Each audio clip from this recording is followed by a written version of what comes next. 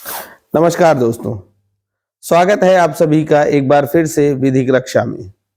पिछले वीडियो में मैंने आप सभी को बताया था कि कॉन्स्टिट्यूशन का हिस्टोरिकल बैकग्राउंड क्या होता है और उस हिस्टोरिकल बैकग्राउंड का जो करंट पॉलिटिकल सिचुएशन है या करंट जो एडमिनिस्ट्रेशन हमारे देश में चल रहा है, उस पर हिस्टोरिकल प्रोसेस का क्या प्रभाव पड़ता है।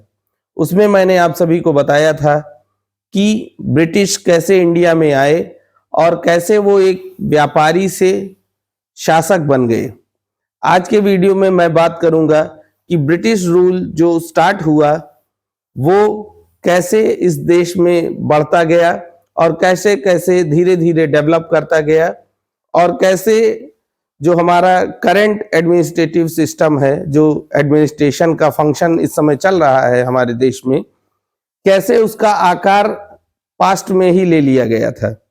तो आज के वीडियो में हम शुरू करेंगे जहां से हमने पिछले वीडियो को खत्म किया था। पिछले वीडियो के एंड में मैंने आप सभी को बताया था कि शाह आलम ने सिविल ज्यूरिसडिक्शन या सिविल कोर्ट्स का जो भी कार्यभार था उसको कंपनी को सौंप दिया था। कंपनी यानी कि ईस्ट इंडिया कंपनी। 1765 में शाह आलम ने कंपनी को जो रेवेन्यू कलेक्ट करने का काम था वो सौंप दिया और साथ ही साथ जो सिविल जस्टिस का एडमिनिस्ट्रेशन था वो भी ईस्ट इंडिया कंपनी को सौंप दिया। ईस्ट इंडिया कंपनी बंगाल की रूलर यहां से बनती है। इसके बाद शुरुआत होती है 1773 में रेगुलेटिंग एक्ट की। रेगुलेटिंग एक्ट लाने का जो वजह थी वो मैं आप सभी को बताता हूं। जब शाह आलम ने सिविल कोर्ट्स का पावर कंपनी के हाथों में दे दिया, यानी कि ईस्ट इंडिया कंपनी को दे दिया, तो ईस्ट इंडिया कंपनी सबसे पहले तो बंगाल की जो टेरिटरी थी, यानी बंगाल प्रेसिडेंसी जो थी, उसकी रूलर बन गई। उस प्रेसिडेंसी के अंडर में बंगाल आता था, उड़ीसा आती थी और बिहार आता था। उड़ीसा, बंगाल और बिहार का अगर आप एरिया देखेंगे तो ये बहुत बड़ा एरिया है और इसी वजह से जो एडमिनिस्ट्रेटर्स थे उस कंपनी के, ईस्ट इंडिया कंपनी के, उनको धीरे धीरे इन जगहों पर अपना प्रभाव रखने या यूं कहें कि इनको इन जगहों पर शासन चलाने में उनको काफी दिक्कत होने लगी।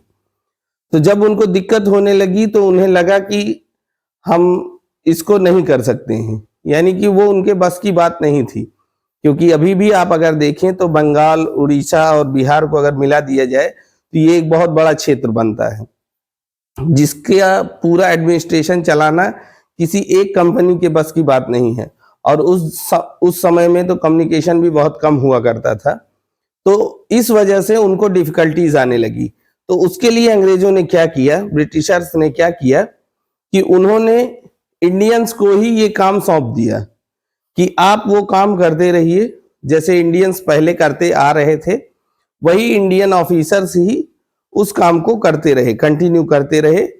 लेकिन कंपनी ने क्या किया कि सभी ऑफिसर्स के ऊपर दो दो अपने इंग्लिशमैन्स लगाए, यानी कि उस कंपनी के जो वर्कर्स थे, सर्वेंट्स कह सकते हैं, उस कंपनी के जो सर्वेंट्स थे ईस्ट इंडिया कंपनी के, उनको उन ऑफिसर्स के साथ में लगाया गया जो उनके काम को सुपरवाइज करने के लिए रखे गए थे। लेकिन इसकी वजह से हमारे देश को बहुत क्षति पहुंची। क्षति कैसे पहुंचती है? जो एडमिनिस्ट्रेशन का काम हमारे देश के इंडियंस करते थे, यानी कि जो इंडियन अधिकारी हुआ करते थे, वो अपने डिसीजंस को का इम्प्लीमेंट लोगों पर नहीं कर पाते थे क्योंकि उनके ऊपर ये सर्वेंट्स बैठे हुए थे ईस्ट इंडिया कंपनी के। और जो ईस्ट इंडिया कंपनी के सर्वेंट्स थे ये धीरे धीरे करके हमको हरास करना शुरू करते हैं। हरास करने का कारण भी था, जितने भी ये सर्वेंट्स रखे गए थे इनकी जो सैलरी थी वो बहुत कम थी, बहुत छोटी सैलरी थी। इसकी वजह से इन्होंने क्या किया कि इन्होंने घूस लेना शुरू कर दिया, लोगों से लूट मार करना शुरू कर दिया और धीरे धीरे जो है भारत की स्थिति बिगड़ती गई। जो हम ब्रिटिशर्स के अत्याचार की बात करते हैं, वो अत्याचार की कहानी यहाँ से शुरू होती है। वो अत्याचार इसलिए करते थे क्योंकि जो ईस्ट इंडिया कंपनी थी उनको सैलरी बहुत कम देती थी और इतने कम पेमेंट होने की वजह से वो अपने आप को बहुत ही हीन महसूस करते थे और इस वजह से जो यहाँ देश के गरीब थे, किसान थे, इनको उन लोगों ने धीरे धीरे लूटना शुरू किया, उन पे बिना वजह के टैक्सेस लगाने शुरू किए और इस तरह से उनको लूटमार शुरू कर दी अंग्रेजों ने।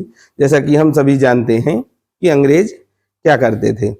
इसके बाद बात आती है ब्रिटिशर्स जो थे, मैंने आपको बताया कि अधिकारियों के ऊपर दो दो रखे गए थे, उनकी सैलरी कम थी इसलिए वो गरीब लोगों को परेशान करते थे और उनसे पैसे वसूलने का काम करते थे। ये काफी समय तक चलता रहा, समय बीतता रहा। समय के साथ साथ जो है इसकी संख्या बढ़ती गई। जितने भी ब्रिटिशर्स थे उन्होंने धीरे धीरे और अपनी ज्यादतियां जो है बढ़ाते गए। तब जो है जो ब्रिटिश गवर्नमेंट थी इंग्लैंड में, उसको ये सूचना पहुंचती है कि ऐसे ऐसे दिक्कतें आ रही हैं। और सूचना पहुंचती कैसे है? बंगाल में एक बहुत बड़ा सूखा पड़ता है और उस सूखे के समय जब ये अत्याचार होता है तो लोगों के पास देने को पैसे भी नहीं थे और क्या कहते हैं, फसलें वगैरह भी उतनी अच्छी नहीं हो पाई थी उस साल। तो इस वजह से लोग वो पैसे देने में असमर्थ हो गए, भारतीय लोग। तो इस ईस्ट इंडिया कंपनी लोन के लिए ब्रिटिश गवर्नमेंट को अप्लाई करती है। यहां से ब्रिटिश गवर्नमेंट और जो ब्रिटिश पार्लियामेंट थी उसकी नजर में कंपनी आती है। ब्रिटिश गवर्नमेंट ये देखती है कि जो कंपनी के सर्वेंट्स हैं वो डे बाय डे रिच होते जा रहे हैं, यानी कि वो दिन ब दिन अमीर होते जाते हैं। लेकिन उसी जगह पे जो ईस्ट इंडिया कंपनी थी वो धीरे धीरे दिवालियेपन की तरफ बढ़ती जाती है। उसी कंपनी में काम करने वाले सर्वेंट्स धीरे धीरे अमीर हो रहे हैं और कंपनी धीरे धीरे दिवालिया हो रही है। ये बात ब्रिटिश पार्लियामेंट में उठाई गई और ब्रिटिश पार्लियामेंट ने इस बात को बहुत ही सीरियसली लिया और इस बात पर संज्ञान लेते हुए ब्रिटिश पार्लियामेंट ने एक सीक्रेट कमेटी बनाई। तो ब्रिटिश पार्लियामेंट 13 अप्रैल 1772 में एक सीक्रेट कमेटी की स्थापना करती है जो कंपनी के अफेयर्स के बारे में पता करती है और वो सीक्रेट कमेटी यह पाती है कि कंपनी का जो भी क्रियाकलाप था उसमें बहुत सारी डिफिशियंसीज थी, यानी उसमें बहुत सारी समस्याएं थी, बहुत सारी दिक्कतें थी जिनको सुधारा जाना बहुत ही जरूरी था। उसी कमेटी ने ब्रिटिश पार्लियामेंट को यह सजेशन दिया कि जो कंपनी है इसका रेगुलेशन जो है ब्रिटिश पार्लियामेंट द्वारा किया जाना चाहिए, ना कि कंपनी के जो डायरेक्टर्स हैं उनके द्वारा। और इसी के चलते ब्रिटिश पार्लियामेंट ने रेगुलेटिंग एक्ट 1773 को पास किया। रेगुलेटिंग एक्ट 1773 में बहुत सारी चीजों को लाया गया। उनमें से 4 प्रमुख चीजें हैं जिन्हें मैं बारी बारी से आपको बताता हूं। पहला था होम गवर्नमेंट, यानी कि जो कंपनी का कॉन्स्टिट्यूशन था, ईस्ट इंडिया कंपनी का जो कॉन्स्टिट्यूशन था उसमें सबसे बड़ा फेरबदल सबसे पहले किया गया। उसमें क्या किया गया कि जो कंपनी के रूल्स थे, यानी कि ईस्ट इंडिया कंपनी के जो कॉन्स्टिट्यूशन था उस कॉन्स्टिट्यूशन में सबसे पहले अमेंडमेंट किया जाता है। ईस्ट इंडिया कंपनी का जो फंक्शन था उसको चलाने के लिए 24 मेंबर्स के कोर्ट ऑफ डायरेक्टर्स हुआ करते थे। इन कोर्ट ऑफ डायरेक्टर्स का चयन वोटिंग द्वारा होता था और इसमें वोट करने का काम 500 ब्रिटिश पाउंड से ज्यादा के जो शेयर होल्डर्स हुआ करते थे उनके द्वारा बनाए गए एक कोर्ट ऑफ प्रोप्राइटर्स हुआ करता था, उनके द्वारा किया जाता था। उस कोर्ट ऑफ प्रोप्राइटर्स में जो भी मेंबर्स हुआ करते थे उनकी वोटिंग के आधार पर कोर्ट ऑफ डायरेक्टर्स चुने जाते थे और वही कोर्ट ऑफ डायरेक्टर्स उस कंपनी के फंक्शंस को डिसाइड करते थे। और इन कोर्ट ऑफ डायरेक्टर्स का जो कार्यकाल हुआ करता था वो मात्र 1 साल का हुआ करता था। 1 साल में जो कोर्ट ऑफ डायरेक्टर्स चुने जाते थे उनको समय लग जाता था कंपनी के अफेयर्स को समझने में और इतने में ही उनका कार्यकाल समाप्त हो जाता था, जिसकी वजह से ये कोर्ट ऑफ डायरेक्टर्स कंपनी के क्रियाकलापों पर होल्ड अपना नहीं बना पाते थे। इस चीज को सबसे पहले रेगुलेटिंग एक्ट 1773 द्वारा चेंज किया गया।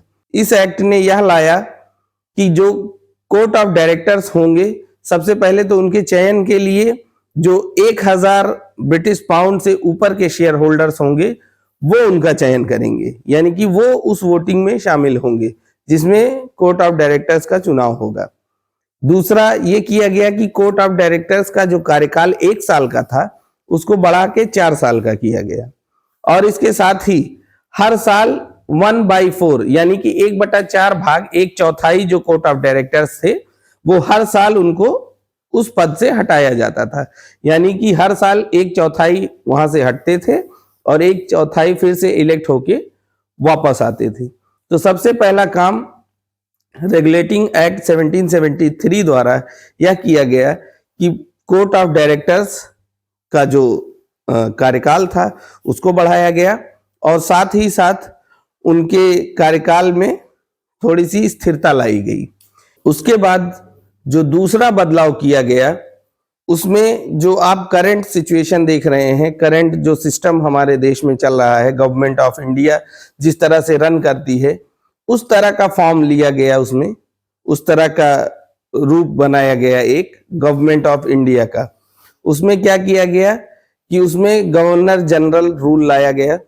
गवर्नर जनरल सबसे पहले जब ये एक्ट नहीं आया था, इस एक्ट के पहले क्या होता था कि जो अलग अलग प्रेसिडेंसीज थी जैसे कि बॉम्बे, मद्रास, कलकत्ता, ये अलग अलग प्रेसिडेंसीज में अलग अलग रूल्स चलते थे, यानी कि ये इंडिपेंडेंटली काम करती थी। गवर्नमेंट ऑफ जो मद्रास थी, प्रेसिडेंसी ऑफ मद्रास या presidency of Bombay, presidency of Calcutta, इनकी जो भी चीजें हुआ करती थी ये डायरेक्ट इंग्लैंड से बात करते थे, यानी कि यहाँ पे इनका कोई एक दूसरे से कनेक्शन नहीं था। तीन के तीनों अपना इंडिपेंडेंटली काम करते थे।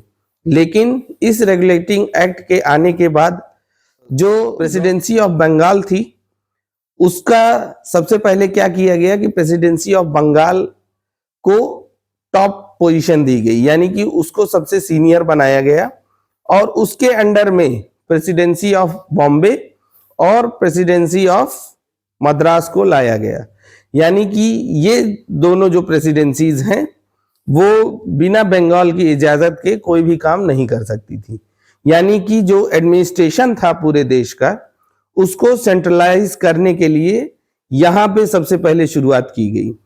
जैसा कि अभी देश में चल रहा है कि केंद्र सरकार है और उसके अंतर्गत सारी चीजें चलती हैं, उसी तरह से गवर्नमेंट ऑफ इंडिया में भी सेंट्रलाइजेशन के लिए रेगुलेटिंग एक्ट द्वारा सबसे पहले प्रावधान लाया गया। इसके अंतर्गत क्या किया गया कि सबसे पहले एक गवर्नर जनरल की नियुक्ति की गई, जिनके साथ में 4 काउंसलर्स भी हुआ करते थे। एक गवर्नर जनरल और उसके साथ में 4 काउंसलर।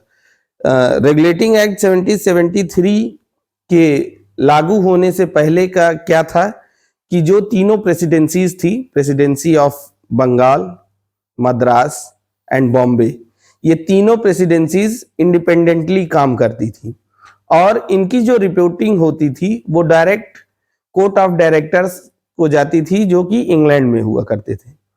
तो उस चीज को कम कर, वो जो कम्युनिकेशनल एक गैप हुआ करता था उसको कम करने के लिए और सेंट्रलाइज करने के लिए गवर्नर जनरल का पद बनाया गया और सबसे पहले गवर्नर जनरल वारेन हेस्टिंग बने जो कि बंगाल प्रेसिडेंसी के गवर्नर जनरल हुए। जो बंगाल प्रेसिडेंसी थी, फोर्ट विलियम की जो बंगाल प्रेसिडेंसी थी उसको इंडिया की टॉप अथॉरिटी माना गया, यानी कि जो बंगाल प्रेसिडेंसी का गवर्नर जनरल होगा और उसी के अंतर्गत जो 2 और प्रेसिडेंसीज हैं, मद्रास और बॉम्बे, इनको भी काम करना होगा, यानी कि जो भी अकाउंटेबिलिटी होगी उनको एक बार गवर्नर जनरल ऑफ बंगाल को देनी ही होगी। जो भी चीजें, जो भी रेवेन्यू कलेक्ट होता है या जो भी और भी एडमिनिस्ट्रेशन से संबंधित चीजें होती हैं उसके बारे में पहली सूचना वो गवर्नमेंट ऑफ बंगाल को देंगे, या कोई भी चीज, नई चीज वहां पे लागू करनी है अपने क्षेत्र में तो उसकी भी सहमति उन्हें पहले गवर्नर जनरल ऑफ बंगाल से लेनी पड़ेगी। इस तरह से जो एडमिनिस्ट्रेशन का सेंट्रलाइजेशन था उसकी शुरुआत यहां से होती है। इसके बाद बात आती है लेजिस्लेटिव पावर्स की। इसी एक्ट ने गवर्नर जनरल्स को लेजिस्लेटिव पावर्स दी। लेजिस्लेटिव पावर्स में गवर्नमेंट जनरल्स को ये पावर हुई कि वो अपने अकॉर्डिंग रूल्स बना सकते हैं, ऑर्डिनेंसेस बना सकते हैं और उनको लोगों पर इम्प्लीमेंट भी कर सकते हैं। लेकिन इन रूल्स, ऑर्डिनेंसेस या ये कहें लॉज की एक रिस्ट्रिक्शन भी बनाई गई साथ ही इसी एक्ट में ही, कि कुछ रिस्ट्रिक्शंस थी उसमें जैसे पहली है कि जो भी लॉ बनेंगे वो लॉ जो इंग्लिश लॉ है उसके विपरीत नहीं होना चाहिए, उसके प्रतिकूल नहीं होना चाहिए। अगर वो उसके प्रतिकूल होगा तो वो लॉ मान्य नहीं होगा, पहला। दूसरा ये था कि जो भी लॉ ऑर्डिनेंसेस बनाए जाएंगे वो रीजनेबल होना चाहिए, उसका एक युक्त कारण होना चाहिए कि जिसकी वजह से वो लॉ बनाया गया है।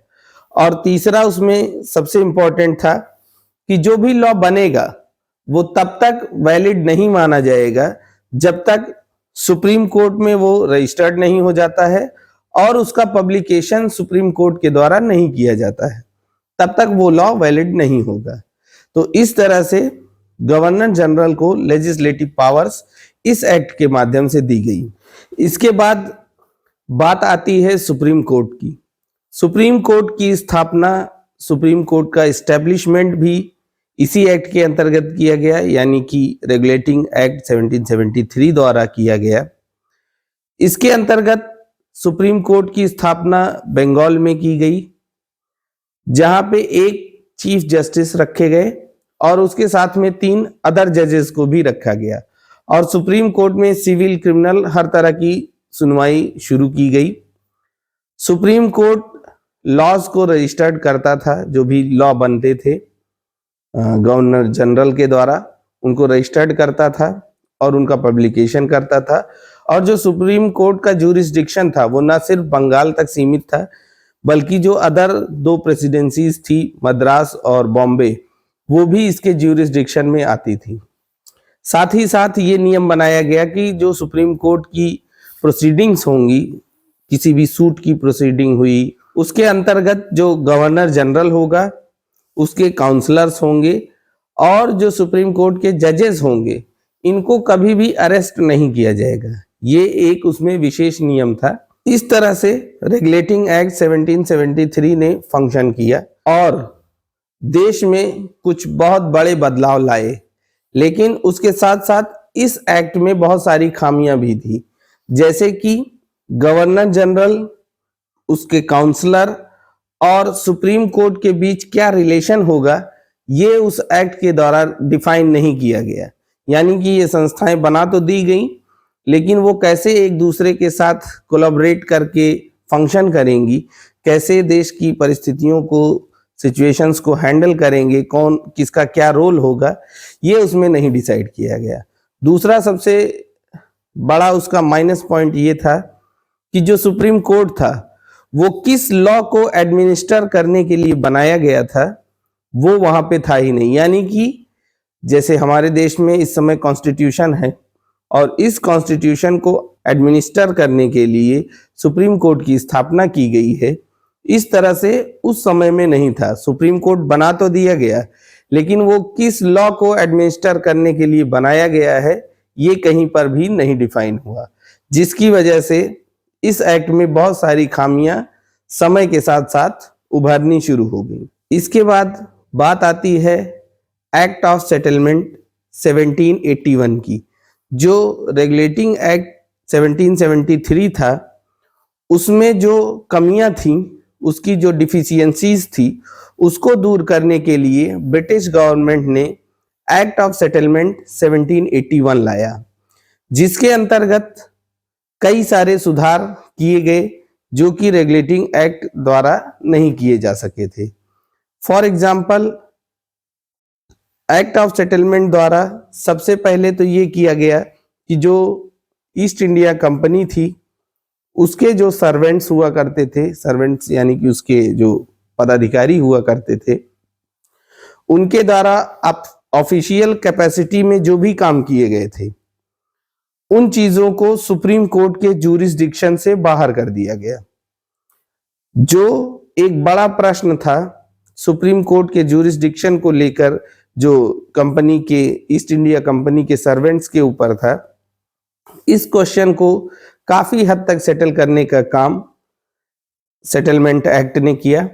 दूसरा बड़ा बदलाव, सेटलमेंट एक्ट ने सुप्रीम कोर्ट को वो लॉ दिया जिसको एडमिनिस्टर करने के लिए सुप्रीम कोर्ट की स्थापना की गई थी। इसके बाद गवर्नर जनरल इन काउंसिल की जो ज्यूरिसडिक्शन था, जो अपीलेट ज्यूरिसडिक्शन था, उसे भी डिसाइड किया इस एक्ट ने, जिसमें जो मुफस्सिल कोर्ट्स हुआ करती थी पहले, मुफस्सिल कोर्ट मैं आप सभी को बता दूं, जो 3 प्रेसिडेंसीज हैं थी उस समय में, मद्रास, कलकत्ता और बॉम्बे।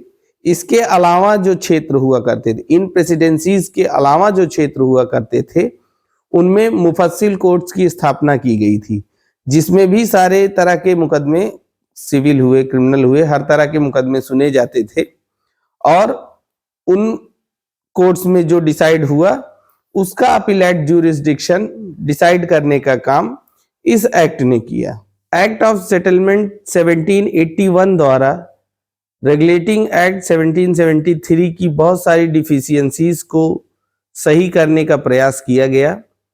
कुछ हद तक ये कहा जा सकता है कि डिफिशियंसीज को सही किया भी गया, लेकिन बहुत सारी डिफिशियंसीज थी जिनको एक्ट ऑफ सेटलमेंट भी नहीं सेटल कर पाया, जिसकी वजह से पिट्स इंडिया एक्ट 1784 लाने की आवश्यकता पड़ी।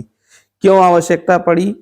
क्योंकि जो एडमिनिस्ट्रेशन ब्रिटिश पार्लियामेंट कंपनी के ऊपर चाहती थी, वो कंट्रोल ब्रिटिश पार्लियामेंट कंपनी पर नहीं पा पाती थी।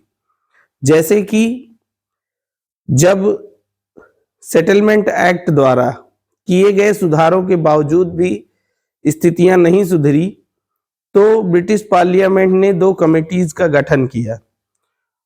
उन कमेटीज ने यह रिकमेंडेशन दिया कि जो गवर्नर जनरल हैं उनको और चीफ जस्टिस को रिकॉल कर लिया जाए, यानी कि Warren Hastings, governor general of India जो थे, उनको, और चीफ जस्टिस इम्पे, इन दोनों को रिकॉल करने की बात आई।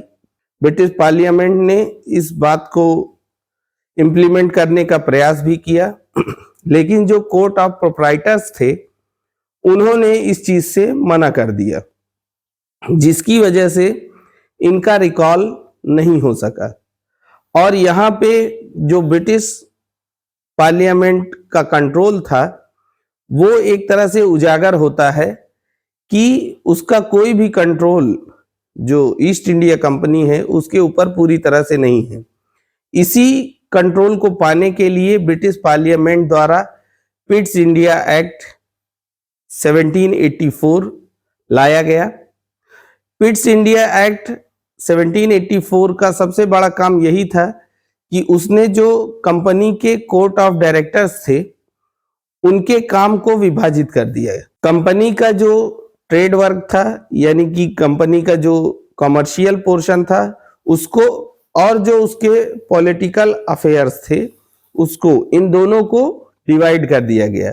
यानी कि जो कोर्ट ऑफ डायरेक्टर्स का काम था उनको यह काम दिया गया कि कंपनी से संबंधित जो भी कमर्शियल अफेयर्स होंगे उसके बारे में जो डिसीजन लेने का पावर होगा वो कोर्ट ऑफ डायरेक्टर्स को होगा, और जो पॉलिटिकल अफेयर्स होंगे उसके लिए एक नए बोर्ड की स्थापना की गई जिसको बोर्ड ऑफ कंट्रोल का नाम दिया गया, जिसमें 6 कमिश्नर्स की नियुक्ति की गई, और इन कमिश्नर्स की नियुक्ति किंग द्वारा की जाती थी। और यहां से जो कमर्शियल पोर्शन हुआ वो कोर्ट ऑफ डायरेक्टर्स के हाथ में गया, और पॉलिटिकल पोर्शन ये गया जो 6 कमिश्नर्स अपॉइंट किए गए उनके हाथ में, यानी कि बोर्ड ऑफ कंट्रोल के हाथ में। लेकिन इसके बावजूद भी जो कोर्ट ऑफ डायरेक्टर्स थे उनकी पावर को कम नहीं किया जा सका, और जो 1793 का चार्टर हुआ उसमें जो कंपनी की मोनोपोली थी ट्रेड को लेकर उसको अगले 20 सालों के लिए फिर से एक्सटेंड कर दिया गया, यानी कि उसका रिन्यूअल फिर से कर दिया गया कि कंपनी की मोनोपोली बरकरार रहेगी और अगले 20 सालों के लिए फिर से कंपनी ट्रेड करती रहेगी। इसके बाद बात आती है चार्टर ऑफ 1813 की। 1813 का जो चार्टर था, हालांकि उसके द्वारा जो कंपनी का ट्रेडिंग थी उसको अगले 20 सालों के लिए रिन्यूअल तो कर दिया गया, लेकिन जो मोनोपोली थी ईस्ट इंडिया कंपनी की उसको ब्रिटिश जो पार्लियामेंट थी या ब्रिटिश क्राउन कह सकते हैं, उसने कंपनी की मोनोपोली को यहां से खत्म कर दिया और जो ब्रिटिशर्स थे, सभी ब्रिटिशर्स जो ट्रेडर्स थे, उनके लिए इंडिया के व्यापार के रास्तों को खोल दिया। यानी कि ईस्ट इंडिया कंपनी की मोनोपोली को यहाँ पे समाप्त कर दिया गया और जो ब्रिटिश ट्रेडर्स थे, उन सभी ब्रिटिश ट्रेडर्स के लिए भारत के व्यापार को खोल दिया गया ताकि सभी लोग उसमें ट्रेडिंग कर सकें। जो मोनोपोली इनकी चलती चली आ रही थी ईस्ट इंडिया कंपनी की, वो यहाँ से समाप्त होती है और जो ब्रिटिश क्राउन है उसका कंट्रोल ईस्ट इंडिया कंपनी के ऊपर यहां से मजबूती से होना शुरू होता है। इसके बाद बात आती है चार्टर 1833 की। 1833 का जो चार्टर था वो काफी ऐतिहासिक था। 1833 के चार्टर में जो गवर्नमेंट जनरल ऑफ बंगाल हुआ करते थे, उनको बदलकर गवर्नमेंट जनरल ऑफ इंडिया कर दिया गया और 1833 के चार्टर के द्वारा जो भारतीय जो एडमिनिस्ट्रेशन था उसका सेंट्रलाइजेशन किया गया और कंपनी की जो टेरिटरी थी, जो ईस्ट इंडिया कंपनी का क्षेत्र था, जितने क्षेत्र पर ईस्ट इंडिया कंपनी का राज था, उन क्षेत्रों को गवर्नमेंट ऑफ इंडिया के अंतर्गत लाया गया, यानी कि गवर्नर जनरल ऑफ इंडिया के अंतर्गत लाया गया। गवर्नर जनरल ऑफ इंडिया जो हुआ करते थे, उनको ये पावर दी गई कि इंडिया में जो क्षेत्र ईस्ट इंडिया कंपनी के अंतर्गत आते हैं उनमें लॉज बना सकें और वो लॉ जो है वो सभी पर अप्लाई होगा, यानी कि जो भारतीय होंगे उन पे भी, ब्रिटिशर्स होंगे उन पर भी, और इसके अलावा भी जो फॉरेनर्स यहाँ पे इस देश में निवास कर रहे होंगे उन पर भी वो लॉ अप्लाई करेगा। और यहाँ से जो इंडियन एडमिनिस्ट्रेशन है, इस समय सेंट्रलाइज्ड एडमिनिस्ट्रेशन है, उसकी कहीं ना कहीं एक मजबूत नींव पड़ती है यहाँ से। और इसके साथ ही एक इम्पॉर्टेंट चीज और होती है यहाँ पे कि जो 1833 चार्टर एक्ट से पहले जो भी लॉज इंडिया में लाए गए उनको रेगुलेशंस के नाम से जाना गया और 1833 चार्टर एक्ट से शुरू होकर इसके बाद जो भी एक्ट्स आए उनको एक्ट्स ऑफ पार्लियामेंट के नाम से जाना गया। तो ये काफी इंपॉर्टेंट है आप सभी के लिए, इसको याद रखिएगा कि 1833 चार्टर एक्ट के पहले वो रेगुलेशंस थे और उसके बाद से 1833 से ही लेकर जो भी एक्ट आए वो एक्ट्स ऑफ पार्लियामेंट के नाम से जाने गए। इसके बाद बात आती है चार्टर एक्ट 1853 की।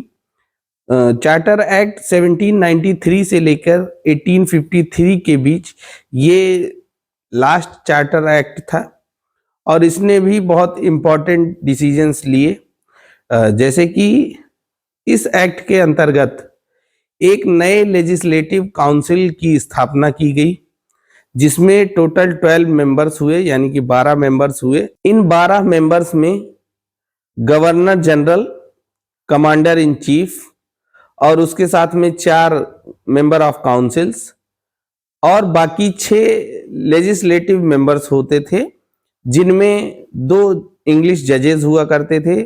बंगाल में जो सुप्रीम कोर्ट थी उसके 2 जजेस। इसके साथ ही जो 4 अदर मेंबर्स थे वो ऑफिशियली जो है अपॉइंट किए जाते थे। जो लोकल गवर्नमेंट हुआ करती थी उस समय, मद्रास और आगरा, बॉम्बे और बंगाल प्रेसिडेंसीज के क्षेत्र में जो लोकल गवर्नमेंट थी उनके द्वारा अपॉइंट किए जाते थे। और इसी अपॉइंटमेंट के साथ जो लोकल एडमिनिस्ट्रेशन था, जो लोकल लेजिस्लेशन था, वो पहली बार इंट्रोड्यूस किया गया। यानी कि जो लोकल गवर्नमेंट हुआ करती थी वो भी कुछ नियम कानून बना सकती थी और उनको जो है अप्लाई भी करा सकती थी उन क्षेत्र के लोगों में। लेकिन उनके साथ में रिस्ट्रिक्शन ये थी कि वो कोई भी लॉ तब तक अप्लाई नहीं करा पाएंगे जब तक उस पर जो गवर्नर जनरल थे उनकी मोहर ना लग जाए। जब उनके द्वारा कंसेंट दे दिया जाएगा उसके बाद वो रूल्स लागू किए जा सकते थे, लेकिन उसके पहले ये चीजें नहीं हो सकती थी।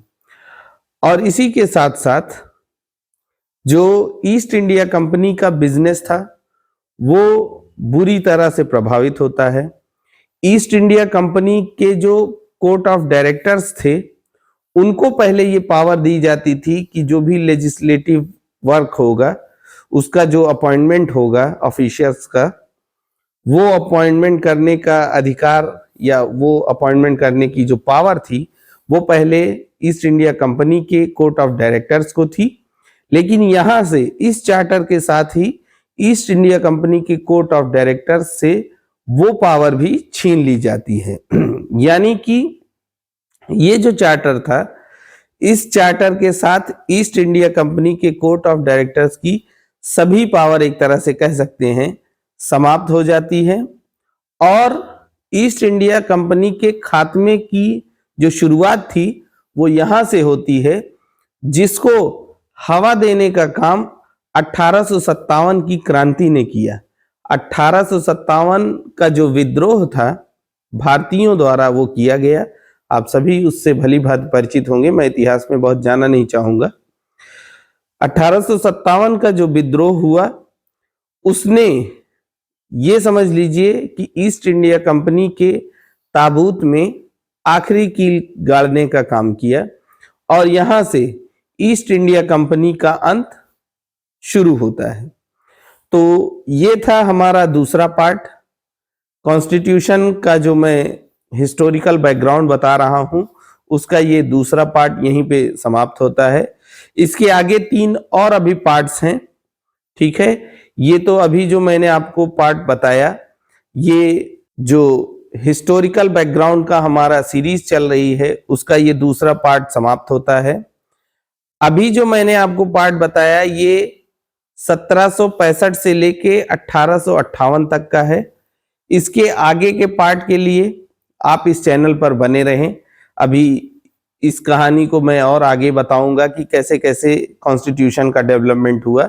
धीरे धीरे आप देख रहे होंगे कि जो सिनेरियो बदलता जा रहा है उसमें कॉन्स्टिट्यूशन धीरे धीरे आकार ले रहा है, या ये कह सकते हैं जो करंट मशीनरी हमारी चल रही है लेजिस्लेशन की, या जिस फंक्शन पे पूरी कंट्री का जो एडमिनिस्ट्रेटिव पोर्शन है या पूरी देश का जो फंक्शन है जिस पे चल रहा है उसका शेप धीरे धीरे लेता जा रहा है। तो आप अभी आपको 2 पार्ट तक आपने देखा है। अगले पार्ट में इसके आगे भी चीजें बताई जाएंगी, तो आप इस चैनल के साथ बने रहें। अपने दोस्तों को और जो भी लॉ की जानकारी लेना चाहते हैं उन सभी तक इस चैनल को पहुंचाएं, इन वीडियोस को पहुंचाएं। और आपका सहयोग ही मेरी ताकत है, तो इसलिए मेरा निवेदन यही है कि आप सभी लोग ज़्यादा से ज़्यादा संख्या में इस चैनल को सब्सक्राइब करें, वीडियोस को शेयर करें और इस चैनल के माध्यम से जुड़े रहें मुझसे, क्योंकि मैं जल्द ही अगले पार्ट के साथ आप सभी के बीच में फिर से आऊँगा। तो तब तक के लिए मैं आप सभी से विदा लेना चाहूँगा। नमस्कार।